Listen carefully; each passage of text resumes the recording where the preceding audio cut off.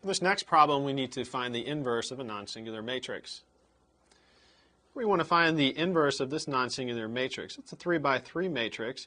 The first step that we want to do is to augment this matrix with the appropriate identity matrix. Since this is 3 by 3, we want to augment the 3 by 3 identity matrix. That's what we've done here. So we've got our original matrix here, B, and then we've augmented this 3 by 3 identity matrix. The next thing we need to do is use row operations to get the identity matrix on this side. As we perform the same operations on the entire row, the resulting matrix over here is going to be our inverse matrix. First thing we'd like to do is get a 1 in this upper corner, which we already have. The next step is to get zeros beneath it. To do that, we need to multiply our first row by -2 and add it to our second. So our new row 2 will be -2 times row 1 plus row 2. At the same time, we can get a 0 in the third row. Our new row 3 will be -2 times row 1 plus row 3. We just need to perform those operations. We're not changing our first row, so we just rewrite that. To get our new second row, we perform this indicated operation, and we get this result. And we'll double check that. -2 times 1 is -2, plus 2 gives us 0. -2 times -1 is 2, plus 5 gives us 7. -2 times 1 plus -1 is -3. -2 times 1 plus 0 is -2. -2 times 0 plus 1 is 1. -2 times 0 plus 0 is still 0. To get our new row 3, we had to perform this operation. -2 times 1 plus 2 is 0. -2 times -1 is +2, plus 3 gives us 5. -2 times 1 plus 0 is -2. -2 times 1 plus 0 is -2. -2 times 0 plus 0 is 0.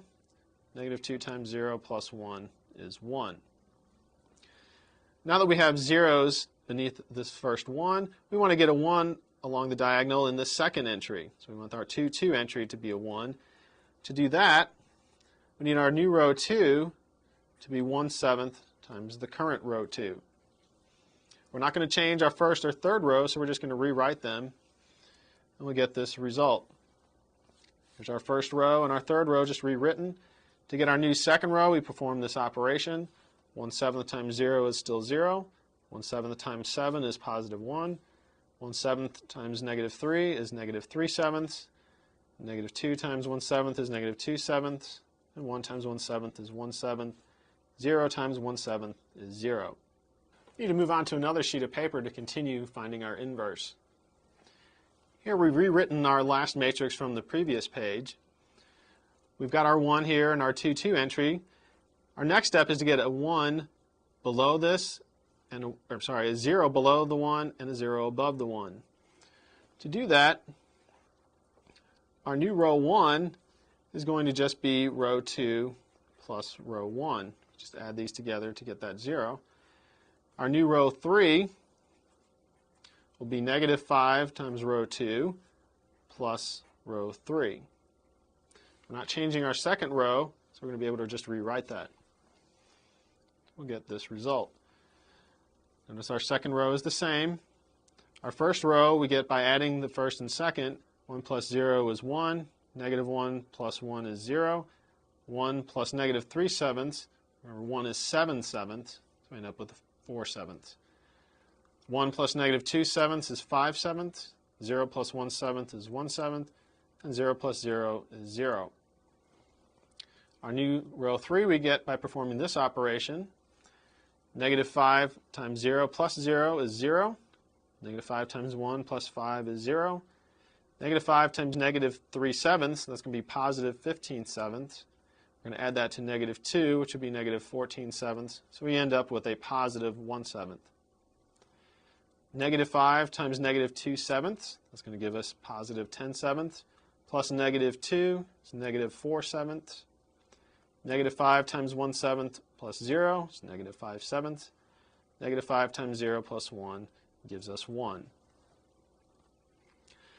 Next thing we'd like to do is get a 1 again along the diagonal in our 3, 3 entry.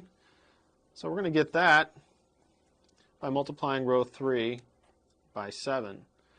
We're not changing our first 2 rows, so we just rewrite those. And we end up with this result. Notice that we just rewritten our first 2 rows. To get row 3, we just have to multiply by 7. 0 times 7 is 0. 0 times 7 is 0. 1/7 times 7 is 1. Negative 4/7 times 7 is negative 4. Negative 5/7 times 7 is negative 5. And 1 times 7 is 7. The last thing we need to do is to get zeros above this 1. We need a 0 here, and we need a 0 here. To do that, our new row 1 is going to equal negative 4/7 times row 3 plus row 1. Our new row 2 will be 3/7 times row 3 plus row 2. We're not changing our third row, so we're just going to rewrite that. Notice our third row is the same.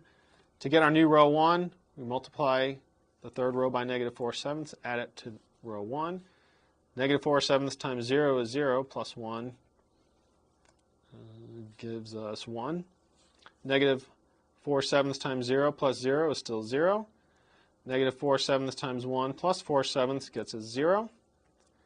Negative 4/7 times negative 4, it's going to give us a positive 16/7. We're going to add that to 5/7, which is going to give us 21/7, which equals 3. Negative 4/7 times negative 5 is going to give us 27, positive 27. Add 1/7 to get 21/7, which is 3. Negative 4/7 times 7 is negative 4, plus 0 is negative 4. Same idea here for row 2, except we multiply row 3 by 3/7 and add it to row 2. 3/7 times 0 plus 0 is still 0. 3/7 times 0 plus 1 is 1. 3/7 times 1 plus negative 3/7 gets us our final 0. 3/7 times negative 4, that's negative 12/7, plus a negative 2/7 is negative 14/7, which ends up being negative 2. Negative 5 times 3/7 is negative 15/7. We're going to add 1/7, which gives us negative 14/7 again, which is negative 2. 7 times 3/7 is 3, plus 0 gives us 3. Now that we have the identity matrix here, this resulting matrix is our inverse. And so B inverse is equal to 3, 3, negative 4, negative 2, negative 2, 3, negative 4, negative 5, 7.